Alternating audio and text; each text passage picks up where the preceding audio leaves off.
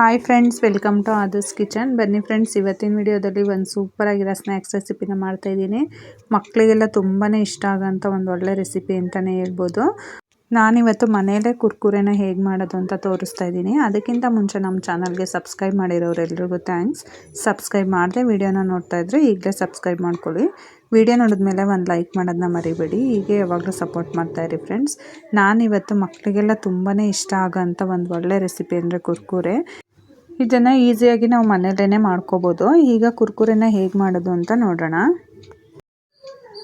ನಾನಿಲ್ಲಿ ಮೊದಲಿಗೆ ಒಂದು ಅಗಲ ಇರೋಂಥ ಬಾಂಡಿನ ಇಟ್ಕೊತಾ ಇದ್ದೀನಿ.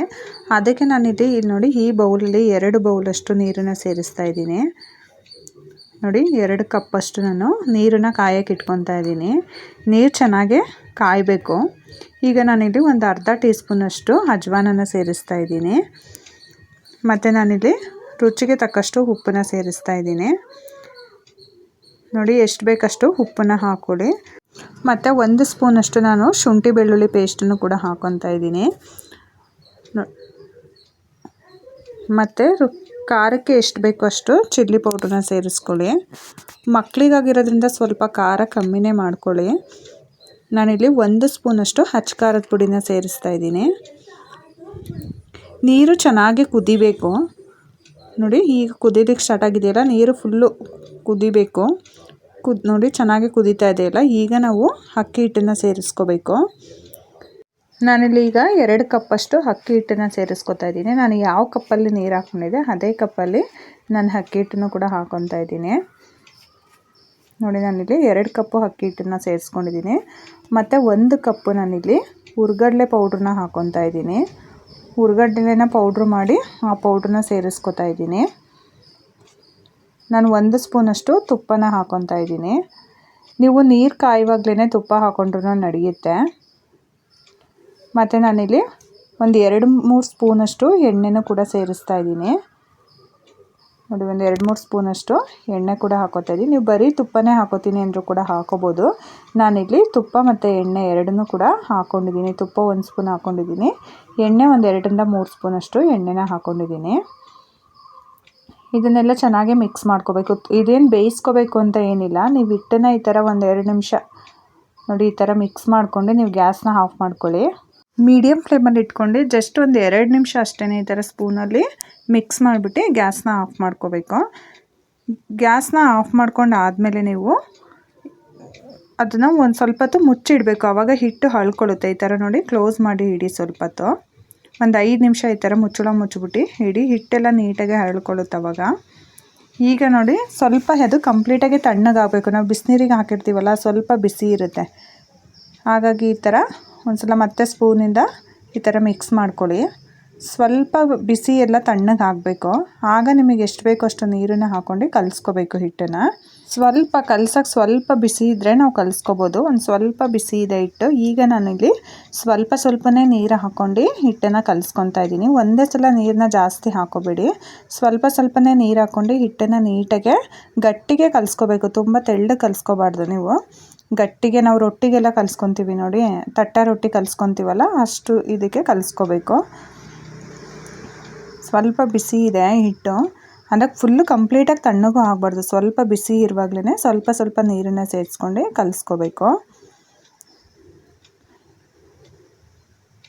ನೀವು ಕಾಯೋಕ್ಕೆ ಇನ್ನು ಸ್ವಲ್ಪ ನೀರನ್ನು ಕೂಡ ನೀವು ಜಾಸ್ತಿ ಇಟ್ಕೋಬೋದು. ಆದರೆ ಆಗ ನಾವು ಜಾಸ್ತಿ ನೀರು ಇಟ್ಕೊಂಬಿಟ್ರೆ ಸ್ವಲ್ಪ ತೆಳ್ಳಗಾಗ್ಬಿಟ್ರೂ ಚೆನ್ನಾಗಿ ಬರೋದಿಲ್ಲ. ಹಾಗಾಗಿ ಸ್ವಲ್ಪ ಅಂದರೆ ಒಂದು 2 ಬಟ್ಲಷ್ಟು ನೀರು ಇಟ್ಕೊಂಡು ಆಮೇಲೆ ನಾವು ಸ್ವಲ್ಪ ತಣ್ಣೀರನ್ನೇ ಸೇರಿಸ್ಕೊಂಡು ನಾವು ಮಿಕ್ಸ್ ಮಾಡ್ಕೊಂಡು ಕಲಿಸ್ಕೋಬೋದು. ನೋಡಿ ಈ ಥರ ಗಟ್ಟಿಗೆ ಕಲಿಸ್ಕೋಬೇಕು. ತುಂಬ ತೆಳ್ಳಗೆಲ್ಲ ಮಾಡ್ಕೋಬಾರ್ದು. ನೋಡಿ ಹಿಟ್ಟು ಈ ಥರ ಗಟ್ಟಿಗಿರಬೇಕು. ನಾವು ಚಕ್ಲಿ ಎಲ್ಲ ಮಾಡೋದಕ್ಕೆಲ್ಲ ಕಲಿಸ್ಕೊತೀವಿ ನೋಡಿ, ಆ ಥರ ಗಟ್ಟಿಗಿರಬೇಕು. ಆಮೇಲೆ ನೋಡಿ ಸ್ವಲ್ಪನೇ ಒಂದು ಸಣ್ಣ ನಿಂಬೆಹಣ್ಣು ಗಾತ್ರದಷ್ಟು ತೊಗೋಬೇಕು. ತೊಗೊಂಡು ಈ ಥರ 3 ಬೆರಳಿನಲ್ಲೇ ಹಿಟ್ಟನ್ನು ಪ್ರೆಸ್ ಮಾಡಿಕೊಂಡ್ರೆ ಈ ಥರ ಕುರ್ಕುರೆ ಶೇಪಿಗೆ ಬರುತ್ತೆ. ನೋಡಿ ಎಷ್ಟು ಸುಲಭವಾಗಿ ಈ ಥರ ಮಾಡ್ಕೋಬೋದು. ಹಿಟ್ಟು ತುಂಬ ಅಂದರೆ ತುಂಬಾ ಗಟ್ಟಿಗಿರಬಾರ್ದು, ತುಂಬ ತೆಳ್ಳಗನೂ ಇರಬಾರ್ದು. ಒಂದು ಮೀಡಿಯಮ್ಮಾಗಿ ಹಿಟ್ಟು ಒಟ್ಟು ಸಾಫ್ಟಾಗಿರಬೇಕು. ನಾವು ಚಕ್ಲಿ ಮಾಡೋದಕ್ಕೆ ಕಲಿಸ್ಕೊತೀವಲ್ಲ ಹಿಟ್ಟು, ಆ ಥರ ಸಾಫ್ಟಾಗಿದ್ದರೆ ಅಷ್ಟಿದ್ರೆ ಸಾಕು. ನೋಡಿ ಎಷ್ಟು ಚೆನ್ನಾಗಿ ಕುರ್ಕುರೆ ಶೇಪಿಗೆ ಬರ್ತಿದೆ. ಈ ಥರ ನಾನು ಎಲ್ಲ ಹಿಟ್ಟನ್ನೆಲ್ಲ ಈ ಥರ ಕುರ್ಕುರೆ ಶೇಪಿಗೆ ನಾನು ರೆಡಿ ಮಾಡಿ ಇಟ್ಕೊಂಡಿದ್ದೀನಿ ನೋಡಿ. ಈ ಥರ ಎಲ್ಲ ಒಂದು ಪ್ಲೇಟಲ್ಲಿ ಮುಂಚೆನೇ ರೆಡಿ ಮಾಡಿ ಇಟ್ಕೋಬೇಕು.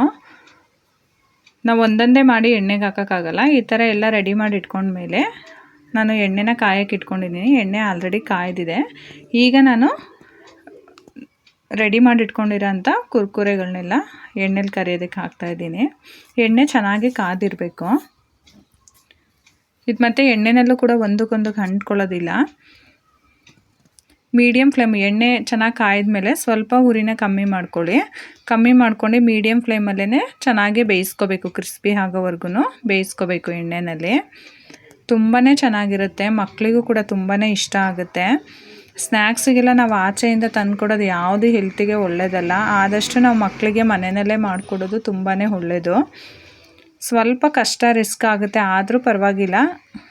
ಸ್ವಲ್ಪ ಫ್ರೀ ಟೈಮಲ್ಲಿ ಫ್ರೀ ಮಾಡ್ಕೊಂಡು ಮಕ್ಕಳಿಗೆ ಆದಷ್ಟು ಮನೆಯಲ್ಲೇ ಸ್ನ್ಯಾಕ್ಸ್ಗಳನ್ನ ಮಾಡಿಕೊಡಿ. ಸ್ವಲ್ಪ ಗೋಲ್ಡನ್ ಕಲರ್ ಬರೋವರೆಗೂ ಚೆನ್ನಾಗಿ ಎಣ್ಣೆಯಲ್ಲಿ ಫ್ರೈ ಮಾಡ್ಕೋಬೇಕು. ಅದು ಬೇಯೋ ಅಷ್ಟೊತ್ತಿಗೆ ನಾನಿಲ್ಲಿ ಸ್ಪೈಸಸ್ಗಳನ್ನ ತೋರಿಸ್ತಾ ಇದ್ದೀನಿ ನೋಡಿ. ಉಪ್ಪು, ಚಾಟ್ ಮಸಾಲ, ಪೆಪ್ಪರ್ ಪೌಡ್ರು ಮತ್ತು ಚಿಲ್ಲಿ ಪೌಡ್ರು ಎಲ್ಲದನ್ನು ಒಂದೊಂದು ಸ್ಪೂನಷ್ಟು ಹಾಕ್ಕೊಂಡು ನಾನು 4 ಕೂಡ ಈ ಥರ ಮಿಕ್ಸ್ ಮಾಡ್ಕೊತಾ ಇದ್ದೀನಿ. ನಿಮಗೆ ಖಾರ ಜಾಸ್ತಿ ಬೇಕಂದರೆ ಇನ್ನೊಂದು ಸ್ವಲ್ಪ ಚಿಲ್ಲಿ ಪೌಡ್ರನ್ನ ಜಾಸ್ತಿ ಹಾಕೋಬೋದು. ನೀವು ಕುರ್ಕುರೆ ಎಲ್ಲ ತಿನ್ನುವಾಗ ಮೇಲೆಲ್ಲ ಒಂದು ಒಳ್ಳೆ ಫ್ಲೇವರ್ ಇರುತ್ತಲ್ವ, ಆ ಥರ ಒಂದು ಒಳ್ಳೆ ಫ್ಲೇವರ್ ಕೂಡ ಈ ಚಾಟ್ ಮಸಾಲ, ಉಪ್ಪು, ಪೆಪ್ಪರ್ ಪೌಡ್ರು, ಮತ್ತು ಚಿಲ್ಲಿ ಪೌಡ್ರ್ ಹಾಕೋದ್ರಿಂದ ಸೇಮ್ ನಿಮ್ಮ ಕುರ್ಕುರೆ ಫ್ಲೇವರೇ ಬರುತ್ತೆ. ಈ ಥರ ಚೆನ್ನಾಗಿ ಎಣ್ಣೆಯಲ್ಲಿ ಮೀಡಿಯಮ್ ಫ್ಲೇಮಲ್ಲಿ ಇಟ್ಕೊಂಡು ಫ್ರೈ ಮಾಡ್ಕೊಳ್ಳಿ ನೋಡಿ. ಈ ಥರ ಗೋಲ್ಡನ್ ಕಲರ್ ಬರೋವರೆಗೂ ಬೇಯಿಸ್ಕೊಂಡ್ರೆ ಸಾಕು ನೋಡಿ. ಈಗ ಆಗಿದೆ. ಇದನ್ನು ನಾನು ಸಪ್ರೇಟಾಗಿ ಪ್ಲೇಟಿಗೆ ಎತ್ತಿಟ್ಕೊತಾ ಇದ್ದೀನಿ. ಇದೇ ರೀತಿ ನಾನು ಎಲ್ಲ ಕುರ್ಕುರೆಗಳನ್ನು ಎಣ್ಣೆಯಲ್ಲಿ ಫ್ರೈ ಮಾಡಿ ಆಗಿದೆ.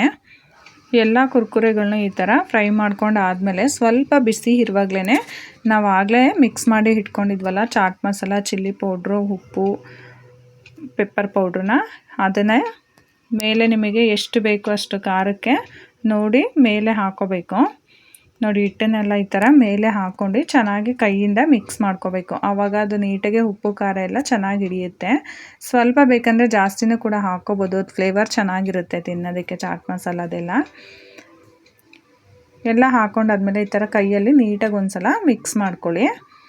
ಇಷ್ಟೇ ನೋಡಿ. ತುಂಬ ಸಿಂಪಲ್ಲಾಗಿ ಈಸಿಯಾಗಿ ಮನೆಯಲ್ಲೇ ನಾವು ಕುರ್ಕುರೆನ ಈಸಿಯಾಗಿ ಮಾಡ್ಕೋಬೋದು. ನೀವು ಒಂದು ಸಲ ಮಿಸ್ ಮಾಡದೆ ಈ ವಿಧಾನದಲ್ಲಿ ಕುರ್ಕುರೆನ ಮನೆಯಲ್ಲೇ ಟ್ರೈ ಮಾಡಿ ಹೇಗಿತ್ತು ಅಂತ ಕಮೆಂಟ್ ಮಾಡಿ ತಿಳಿಸಿ. ವಿಡಿಯೋ ಇಷ್ಟ ಆಗಿದ್ರೆ ನಿಮ್ಮ ಫ್ಯಾಮಿಲಿ ಫ್ರೆಂಡ್ಸಿಗೂ ಕೂಡ ಶೇರ್ ಮಾಡಿ. ಮತ್ತೆ ಒಂದು ಹೊಸ ರೆಸಿಪಿ ಜೊತೆ ಮುಂದಿನ ವಿಡಿಯೋದಲ್ಲಿ ಸಿಗ್ತೀನಿ. Thank you for watching. ಈ ವಿಡಿಯೋ ನಿಮಗೆ ಇಷ್ಟ ಆಗಿದ್ರೆ ಲೈಕ್ ಮಾಡಿ, ಶೇರ್ ಮಾಡಿ, ಸಬ್ಸ್ಕ್ರೈಬ್ ಮಾಡಿ, ಮತ್ತೆ ಬೆಲ್ ಹೊಡೆಯೋದನ್ನ ಮರಿಬೇಡಿ.